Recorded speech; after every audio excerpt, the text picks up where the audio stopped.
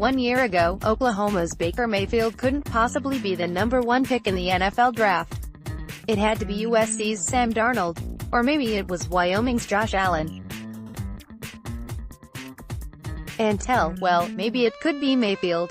Welcome to April in the NFL Draft, the Kafkaesque month of misinformation and propaganda that would put a communist-run newspaper to shame. A time when professional football becomes a snake of lies that wakes up every morning and eats its own tail. This is why mock drafts and months of debate go out the window in a matter of minutes in late April. Most of the arguments are based on fairy tales. If we didn't learn that last year, maybe we'll never learn it.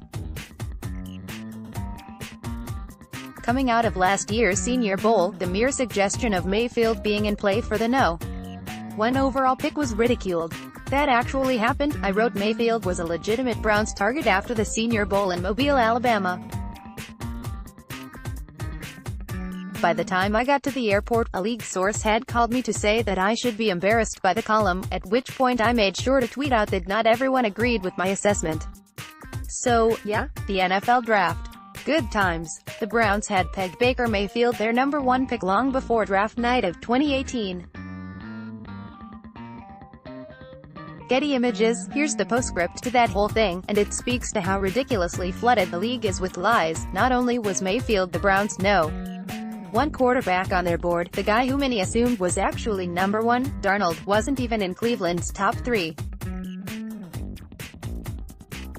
That's right, the same Darnold who was pegged as the #1 pick for months, before a late potential audible to Allen, was actually placed behind Mayfield, Allen and UCLA's Josh Rosen. That's how skewed draft information is. The analysts and insiders got it wrong 3 times before the Browns eventually leaked the truth minutes before the draft. Couldn't be Mayfield. Had to be Rosen. Maybe it was Allen. No, it was Mayfield. For months, actually. It's worth keeping that in mind now, seeing that we again find ourselves in a situation where Kyler Murray seems to be the pick for the Arizona Cardinals. This despite Rosen still showing up for off-season work this week, and despite teams suggesting privately that Arizona hasn't put Rosen on the trade block. That's all a ruse, right? Just angling to get a better deal. Right. Maybe. Or maybe it's a bunch of lies and we're falling right into it. Again. With that in mind, here are a few highly graded players in this draft who have some conflicting information or opinions, or a void of important information, floating around about them late in the process. Call it what you want: lies, spin, misdirection, concealment. It all might fall under those definitions by the time draft night gets here. QB Kyler Murray, Oklahoma. From the start, there has seemingly been a lot of lying going on about Murray. First, the lies about his height being slated to come in at slightly shorter than 5'10", which were weirdly given credence by the Oklahoma football program at one point. Then the alleged lies about Murray having terrible interviews and being bad diagramming plays on the whiteboard with teams. And now, the swirl of conflicting information about whether Arizona has settled on him with the #1 overall pick. A source close to the evaluation who spoke to Yahoo Sports has said, and reiterated, multiple times since February, that Murray is the target at #1. This despite Rosen being in the facility during the workout program and a building awkwardness around the entire quarterback situation in Arizona. One way or another, some lying is happening about Murray and the Cardinals right now. Either by the Cardinals or by other NFL teams who are engaging in a long, drawn-out trade dance. As of late last week, a handful of league sources believed that the Los Angeles Chargers have become the #1 team in the Rosen sweepstakes. But a source inside the Chargers said if that's the case, the plans are being kept between as few as 2 or 3 people at the top of the organization. The same source did allow that the Chargers are looking over their quarterback options, saying it would make sense that Rosen is on the table. Here's what we know about Murray. Cardinals coach Cliff Kingsbury is on board with him as a quarterback prospect. General Manager Steve Keim and team owner Michael Bidwill appear less certain, particularly as it relates to whether Arizona can get something valuable for Rosen. The Cardinals are playing out a game with other teams, Rose and Murray's camp and the media. Rosen is playing out a game with the Cardinals and teams that are seated directly behind the Cardinals in the draft, including the San Francisco 49ers, New York Jets and Oakland Raiders, are all trying to figure out what is happening in between. Dwayne Haskins' draft assessment is being compared to Josh Rosen's of 2018. Getty Images, QB Dwayne Haskins, Ohio State. For roughly 2 months before the scouting combine in February, Haskins was touted to be either the No. 1 or 2 quarterback in this draft. Then the sifting process started and some vaguely negative evaluations started to come out.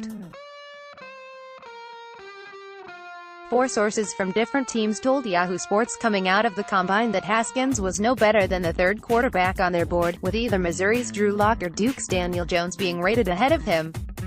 Proclamations that seemed a lot like the typical lying you'd hear in March about quarterbacks, since teams try to conceal who they like in hopes that a coveted player like Haskins slides.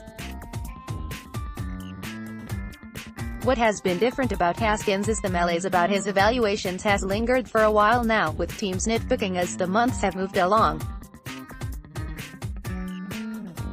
To the point where some team sources with critical Haskins assessments have pointed at a few prominent draft analysts as being the individuals who planted the notion that Haskins was the top quarterback in this draft. In other words, the hype about Haskins being a top 10 pick has been media-driven, not team-driven. That is what a team would say if it was hoping to get Haskins outside of the top 10. The most intriguing assessment I heard about Haskins from a league source was this: in many ways, his evaluation and some of the knocks on his game were similar to the ones that teams pinned on Rosen in 2018.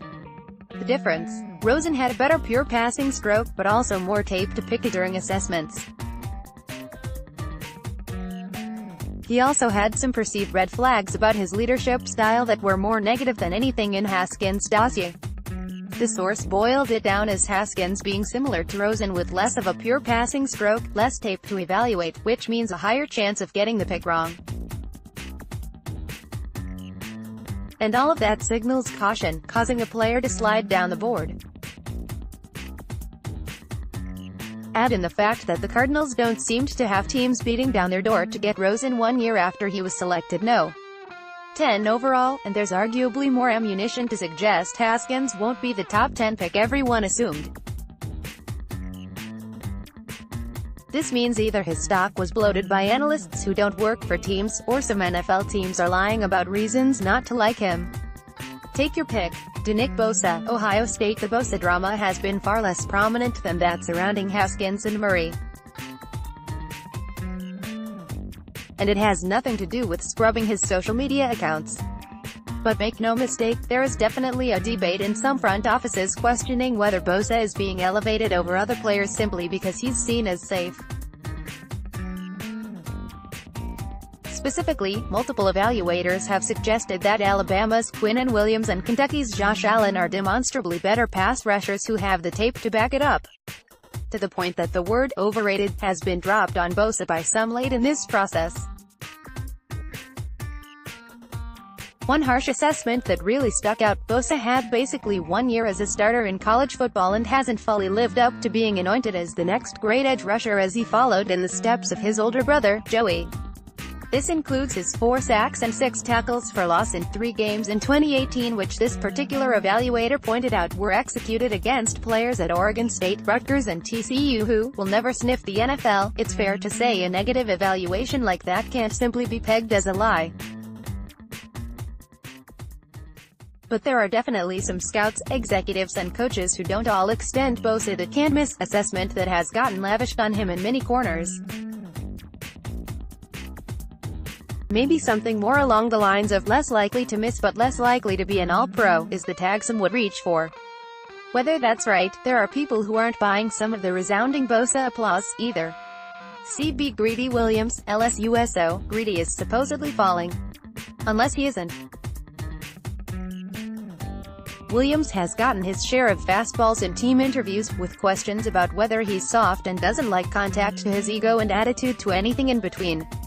One of my favorite texts about Williams came from a source intimately familiar with Darius Geis. The source said simply, Williams has some Darius guys in him. In last year's process, Juice was known to have a big ego and think a lot of himself, so there's that whole parallel to debate. Williams' bigger concern is his tackling, which some teams apparently termed to be so bad at times, it was like LSU was playing with only 10 men against the run. That's about as negative as you can get when it comes to knocking someone's willingness to tackle. But there is something about the Williams assessment that can feel staged at times, particularly when there is an insistence that he is no better than a second-round player. One evaluator was downright unruly when asked about that, saying that Williams is the best pure coverage player in the draft and that you'll suffer some tackling issues for those kinds of players. He said, more to the point, when in the last whatever number of years has the best cover corner not been drafted in the first round? Demontez Sweat, Mississippi State. Sweat has a lot of information going in different directions. Some evaluators love his length and first step as a pass rusher, with one evaluator even ranking him ahead of Bosa in that respect. Others say he's a run-around player who won't deal well with physical offensive tackles in the NFL and hasn't shown he can develop a multitude of pass rush moves to defeat different scenarios. He also had some prickly reviews coming out of the combine in two respects. Some felt he required too much instruction in the drills, as if he wasn't paying attention, and others in interviews felt he was a little withdrawn in the process. Garden variety stuff when you're parsing out players or floating negative evaluations to throw off interest. More interesting is the information about the minor heart condition that leaked coming out of the combine. This is where a lot of the lying comes in. Some are suggesting there is no such thing as a minor heart condition and Sweat is in for a fall. Others say it's simply a matter of a medical recheck to determine if a team is comfortable with him moving forward. In some respects, this has echoes of Maurice Hurst last season. Hurst was ultimately cleared in a recheck and supposedly wasn't going to fall much further than the second or third round. He ultimately plummeted into the fifth. This is part of what comes with the murkiness of medical assessments. We're never sure how serious teams take them, partially because of privacy issues and partially because there is currency in either concealing or inflating information.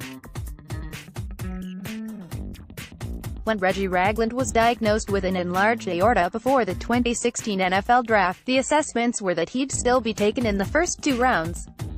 He ultimately went 41st overall. Sweat questions are producing some of those same, his stock won't be affected, versus it's hard to say where he'll go, conversations. You can be sure that teams have an accurate read on it as they did with both Ragland and Hurst. But they aren't saying due to some mixture of privacy concerns or being able to use the information to their advantage. More from Yahoo Sports.